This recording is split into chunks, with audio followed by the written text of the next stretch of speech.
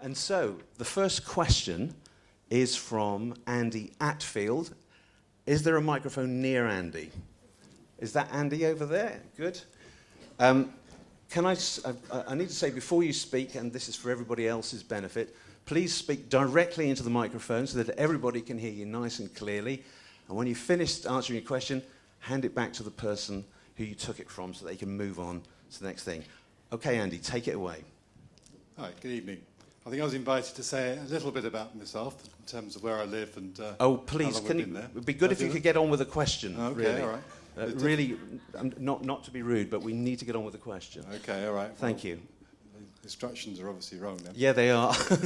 Okay, my question is around health. It's that poor health in Hackney is linked to poverty and wealth inequalities.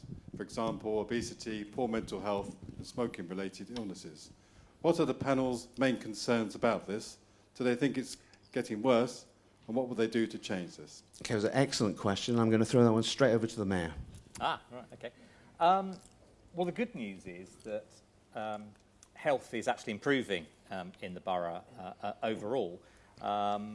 We've come a long way in the last sort of 10, 15 years from a catastrophic position where we had one of the highest teenage pregnancy rates in the country, one of the highest infant mortality rates, terribly low immunisation levels. All of those have improved dramatically. Even obesity has improved, but certainly not as far as it needs to go. I mean, the question has talked about main concerns. I would say that my main concern is still smoking. It is by far and away has the greatest impact on continuing health inequalities and people suffering long-term debilitating illnesses in the borough. We've got the fourth highest level of smoking in the country. And on top of education programmes, I'd be up for being far more draconian about in which places you can smoke so that we can drive out sort of the poor example it sets, particularly to young people. Okay. Cheryl, I'd like to come to you next as a teacher. I occasionally visit your school and there are always lots of photographs on the walls of your students looking very active and running and jumping and all the rest of it. So what's your take on this question? Well, physical development is just as important as intellectual development and the way the girls live their lives generally. We are a healthy school, as are, I should think, every school in Hackney, where we do try and prioritise for the students the right messages. And over the years I've been ahead, I've certainly seen a change. I think it's quite interesting that Jules mentioned smoking, because that's one of the areas I've seen a change in school. You don't get students smoking behind bike sheds, and there's plenty of bike sheds anymore. It's not an issue in school, and I know it is beyond the school gates for some young people, but it isn't just young people, is it? It's people of all ages. But in school, I mean, our school, we've got a very, very active programme of girls' physical education, borough champions at most things for young women. And for young women particularly, it's important that they are active and they do take their health seriously. It's very important to them about their body image. And we don't want them to spending a lot of time on stereotypes, but instead being healthy, being fit, feeling well, and knowing what well means, and knowing what they need to eat and do to stay well. Okay. It's it's for life. It's not just for while they're in school. Okay, Tunde, any thoughts on this? The only point to make is that when I was growing up in Hackney, cheap fast food was readily accessible to young people, which contributes to obesity and poor health generally.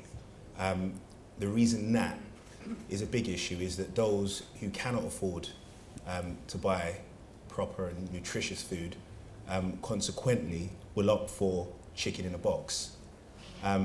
My main concern is efforts that are being made to make good, affordable food. Okay, so I mean, that's quite interesting because the point does, the question does just focus on this particular matter of a link between poverty and wealth inequalities and poor health. But so you want to try and encourage people to eat more healthily. Yes. But isn't this something that people just quite like to eat unhealthily, don't they? I don't think it's always about I think cost. it's a combination in relation to education as well. Okay. So I think a lot of people aren't necessarily educated as to, you know, what's the best source of nutrition, what they should necessarily be eating. And that again is linked to financial advantages, because there is a link between access and opportunity.